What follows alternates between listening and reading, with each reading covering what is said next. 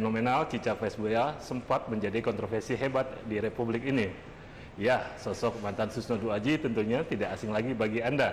Namun hidup terus berubah. Setelah pensiun, beliau dikabarkan sekarang menjadi pengusaha. Bahkan dikabarkan beliau sekarang gemar bertani.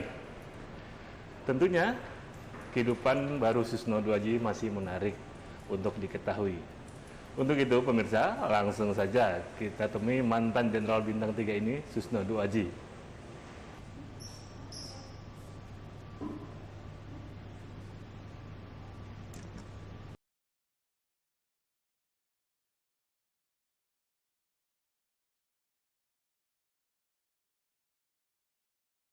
Sehat walafiat, baik-baik saja kita.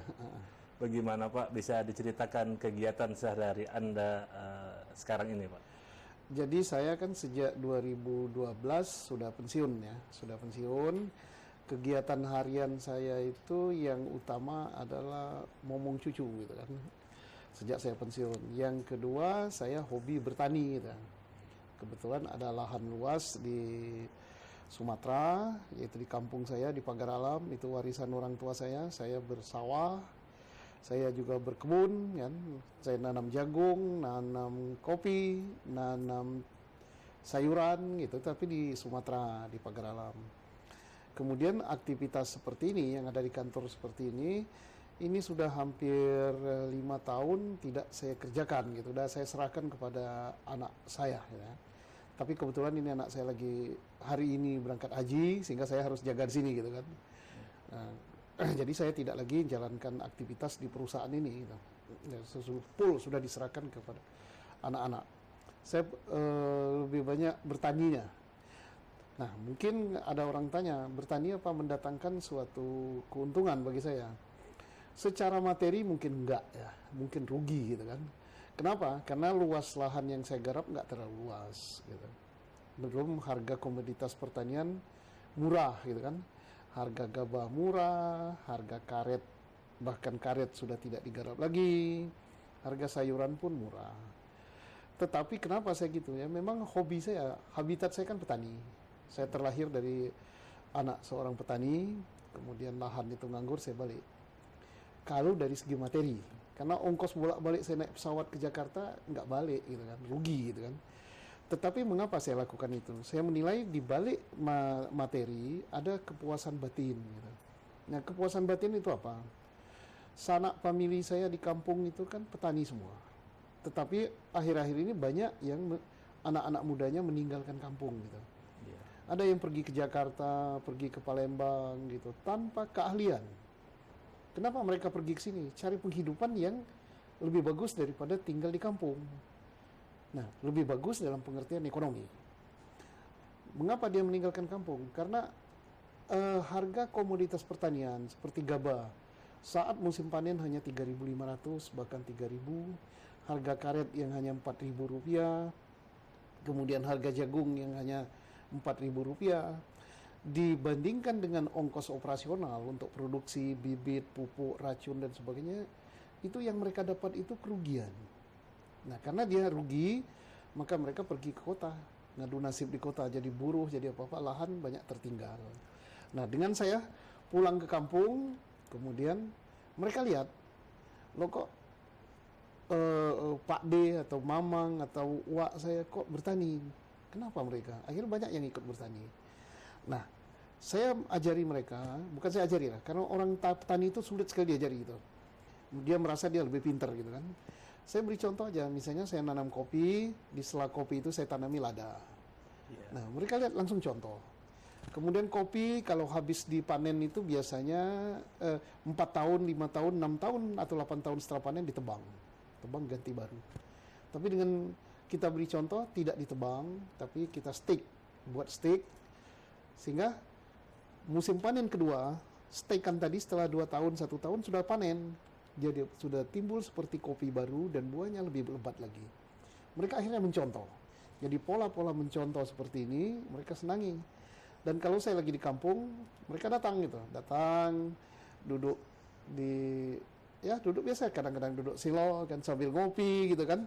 Saya ajak cerita masalah jamur, cerita aja sifatnya cerita gini. Nah, mereka langsung tertarik gitu. Kemudian dengan membuat tanaman tidak hanya satu jenis, tapi diversifikasi tanaman.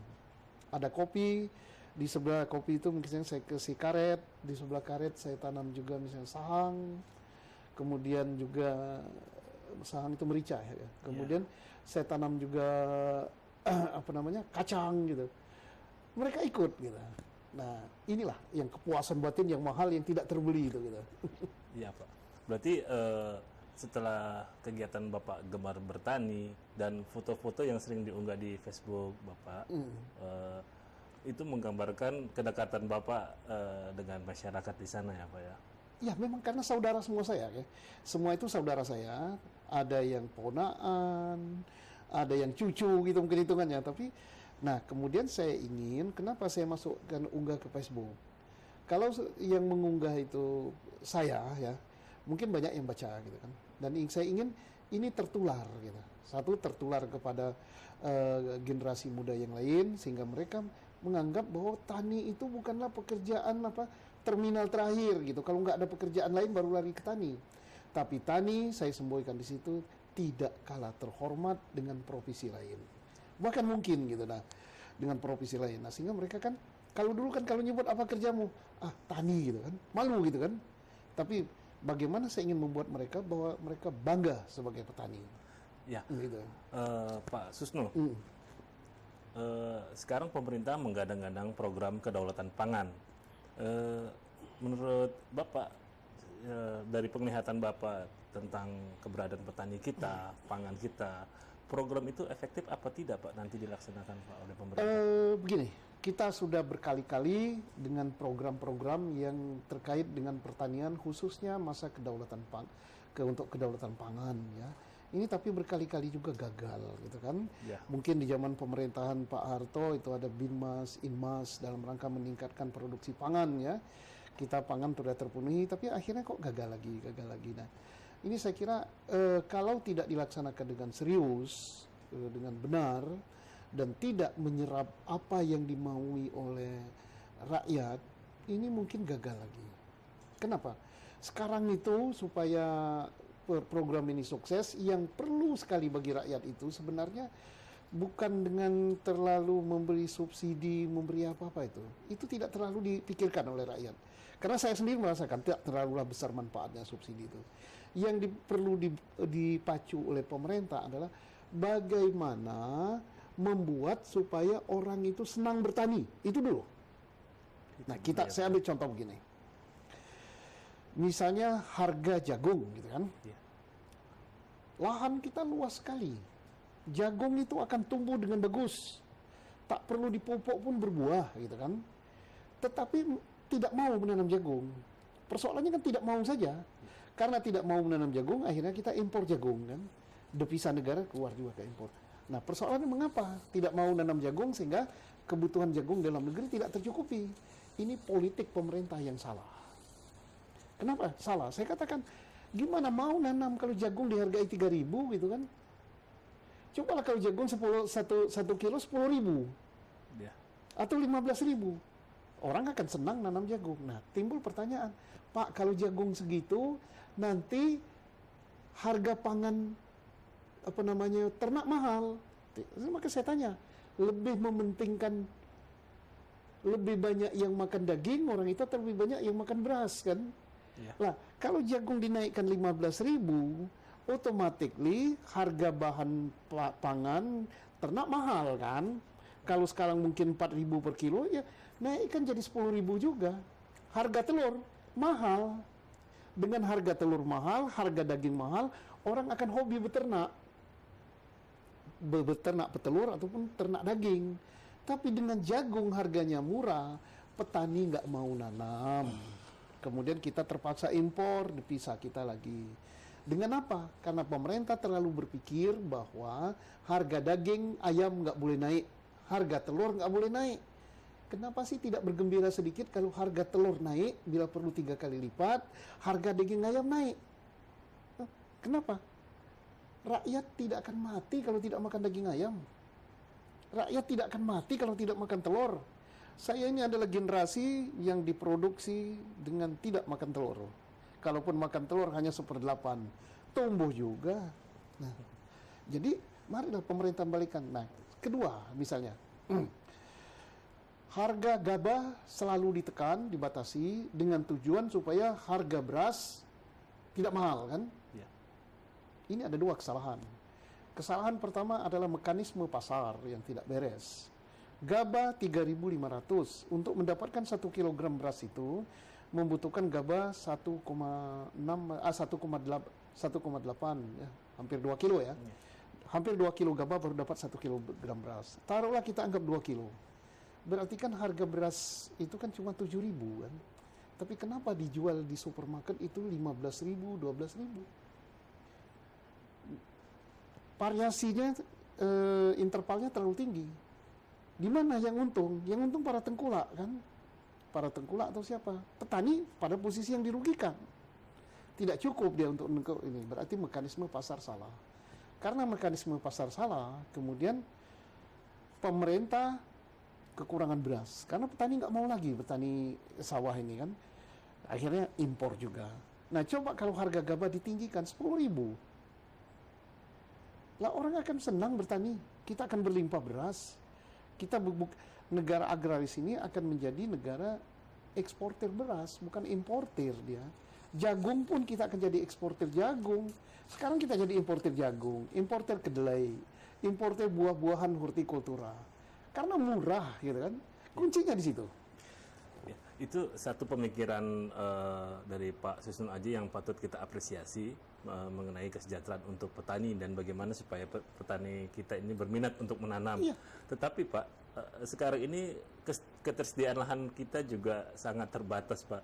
Bagaimana menurut pandangan Pak Susno Aji? Nah inilah karena ketidakkonsekuenan pemerintah. Dulu Kalimantan, Sumatera, Sulawesi, termasuk Papua, itu terkenal kan lahan paling luas, lahan kosong kan, yang berupa ada yang berupa hutan, ada yang berupa padang alang-alang. Nah, lahan kosong ini diobral oleh pemerintah, dijadikan kebun sawit, dijadikan perkebunan macam-macam yang hanya dikuasai oleh beberapa orang. Ada yang satu orang menguasai 100.000 hektar kan, perkebun sawit dan sebagainya. Tetapi manfaat bagi rakyat tidak ada. Akhirnya apa? Dulu kakek saya begitu dia punya anak 9. Bapak saya masih bisa kebagian 10 hektar. Kalau masih kurang dibuatkan lagi sawah, kebun. Begitu sampai ke saya, tinggal kebagian menyempit. Yang tadinya 10 hektar milik bapak saya, kami bagi 8 karena saya 8 bersaudara. Nah, cobalah kalau ini misalnya lahan ini tidak dikuasai oleh para konglomerat sawit, konglomerat karet, atau konglomerat apa yang menguasai lahan luas-luas tadi, kan bisa memperluas kebun kita, memperluas sawah. Nah sekarang nggak bisa lagi. Akhirnya apa? Orang dari Sumatera Selatan lari dia. Pergi dia mencari lahan ke arah Jambi. Akhirnya anak dalam, suku Kubu itu terusir juga. Nah, karena apa? Lahan habis. Nah ini saya selalu menghimbau kepada pemerintah, baik dalam beberapa tulisan saya, stoplah pemberian lahan kepada konglomerat. Itu tidak ada gunanya. Tidak ada gunanya. Ya memang ada pemasukan negara dari sektor pajak. Tapi cara pemberian lahan ini yang nggak benar, gitu kan? Kenapa nggak benar? Misalnya saya konglomerat, saya minta lahan kepada pemerintah dengan luas 100.000 hektar atau 10.000 hektar aja, nggak usah banyak-banyak. Saya diberi 10.000 hektar. Mungkin saya habis untuk ongkos segala macam titik bengek itu, taruhlah habis 50 miliar. Saya udah dapat izin misalnya dengan biaya-biaya segala macam yang biaya wajib saya keluarkan 50 M misalnya. Saya udah dapat 10.000 hektar kan. Kalau 1 hektar itu dihargai 100.000 setelah keluar sertifikat hak guna, maka saya sudah dapat duit harga lahan saya itu udah berapa? 1 triliun kan. Ya. Saya pergi ke bank, gadaikan sertifikat, misalnya saya minjam 500 M, harganya 1 triliun kok. Dipinjam nih saya. Nah, oke, 50 M ini untuk modal tadi, untuk modal segala macam keperluan, biaya operasi, tinggal sisa 450 M saya untung kan. Ya, Pak. Oke, 450 M, kalau 100 M saya gunakan untuk nanam sawit, saya masih susah 350 M kan. 350 M masuk kantong. Kebun sawit saya udah jadi. Begitu jadi, saya go public. Saya dapat lagi. Saya jual 30%. Saya dapat lagi sekian triliun. Sawitnya belum apa-apa, saya udah dapat duit. Manfaat bagi rakyat apa? Nggak ada. Lah kalau kita mau konsekuen misalnya, lahan seluas 10.000 hektar. Oke, pemerintah hargai berapa? 100.000 1 hektar, maka harga lahan itu adalah 1 triliun. Ada konglomerat yang mau bikin kebun sawit, minta izin, oke, boleh.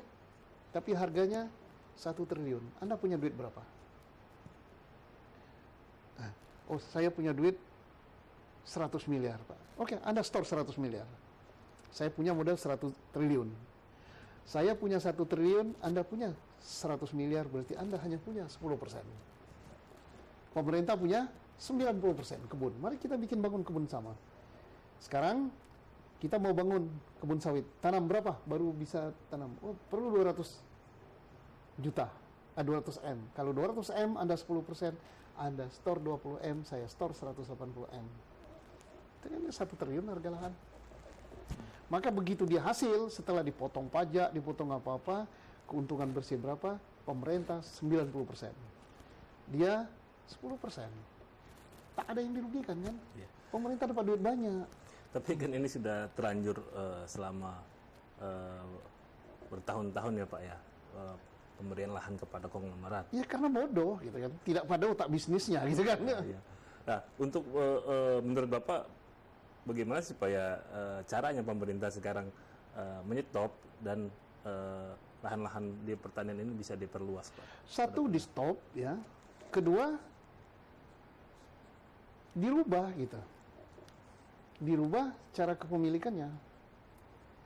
Hak gunanya tadi tidak boleh terlalu panjang begitu. Mungkin hak gunanya diberikan 25 tahun. Setelah 25 tahun kembali kepada pemerintah. Kembali kepada pemerintah, berikan pada rakyat. Ingin kita memperkaya hanya satu kelompok orang atau kita ingin mensejahterakan rakyat? Ya memang revolusi kan, harus ada perubahan. Menyinggung sedikit Pak, di masa jabatan Anda dulu sebagai Kabak Reskrim Pak ya, tentunya permasalahan pangan ini juga menjadi sorotan pihak Polri ya Pak ya. Bisa diceritakan Pak Susno segimana hebatnya kegiatan mereka? Ya ini kan suatu mata rantai yang sedemikian rupa ya. Jadi sembako khususnya mulai beras, gula, terigu, terus kacang gitu dulu kan. Dulunya kan ini kan dikuasai oleh Bulog kan, terakhir tidak dikuasai oleh Bulog lagi, tapi kan importernya kan orang-orang tertentu, perdagangannya orang-orang tertentu. Nah ini kayak semacam sindikat gitu, susah sekali memutusnya. Nah mengapa susah memutusnya? Karena itu sangat menguntungkan gitu kan, sangat menguntungkan. Tapi sayangnya menguntungkan itu kalau impor. Cobalah kalau ada sindikat ekspor gitu besar-besar, wah senang semua orang. Mari kita balik yang dulunya hobi impor, sindikat impor menjadi sindikat ekspor. Bagaimana membalik itu?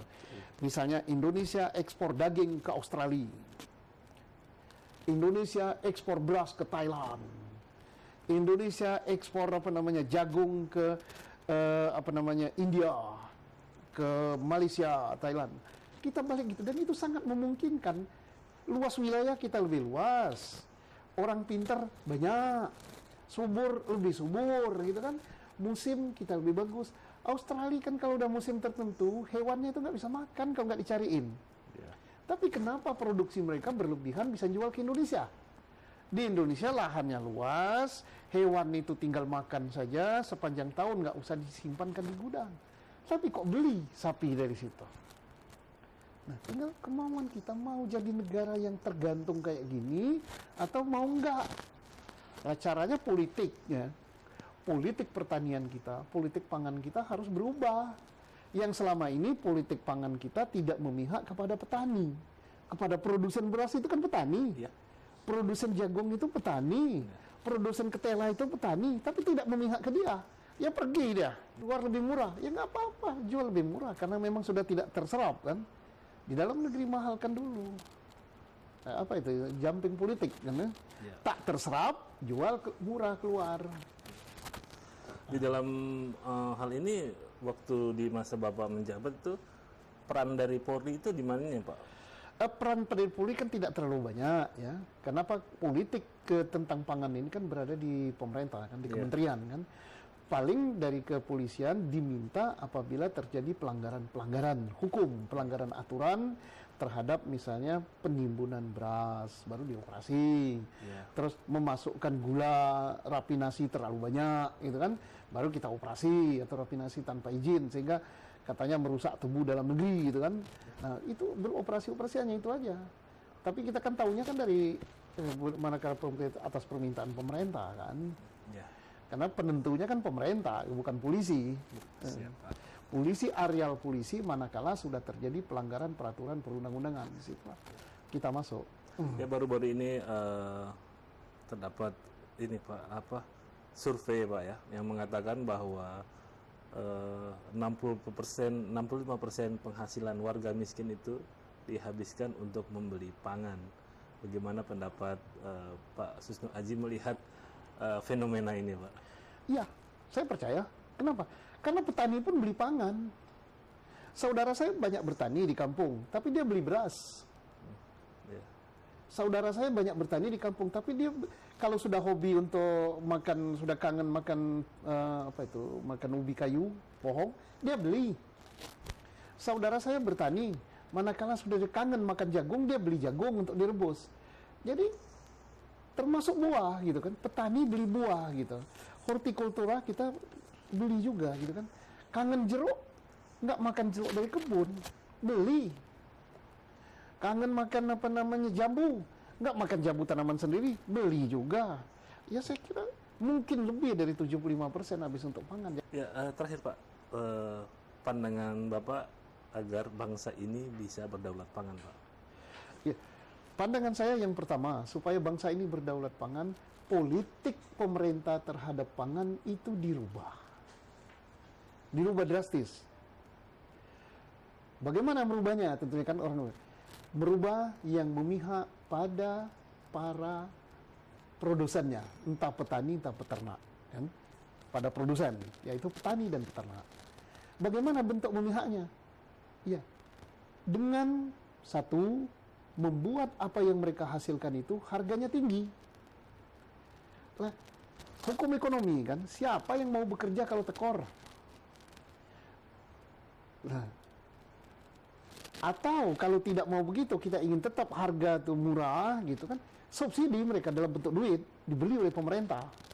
Tapi kan susah kalau dibeli oleh pemerintah, berapa banyak pemerintah punya duit gitu. Berlakukan aja hukum pasar gitu kan.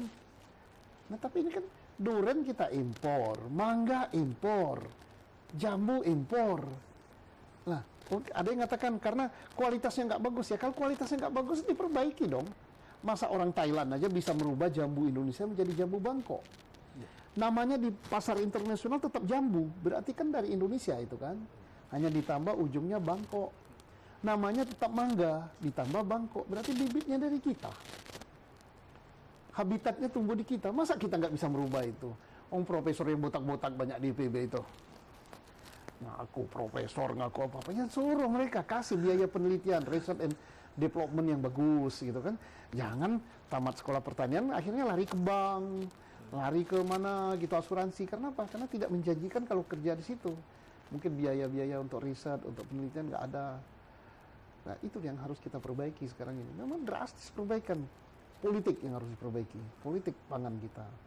Baik Pak, terima kasih. Pak Susno, Anda diketahui sebagai penggemar dari Bung Karno. Ya. Bagaimana menurut kata bijak yang disampaikan beliau? Bagi saya, masuk penjara sebagai pemimpin, keluar penjara sebagai pemimpin. Bahkan harus lebih hebat lagi. Bung Karno mencari dan menemukan Tuhan. Tidak usah dijawab, Pak. Baik, pemirsa, mungkin jawabannya bisa Anda nantikan dalam episode berikutnya. Bersama saya, Arjan Yulianto. Wassalamualaikum warahmatullahi wabarakatuh. Waalaikumsalam warahmatullahi wabarakatuh.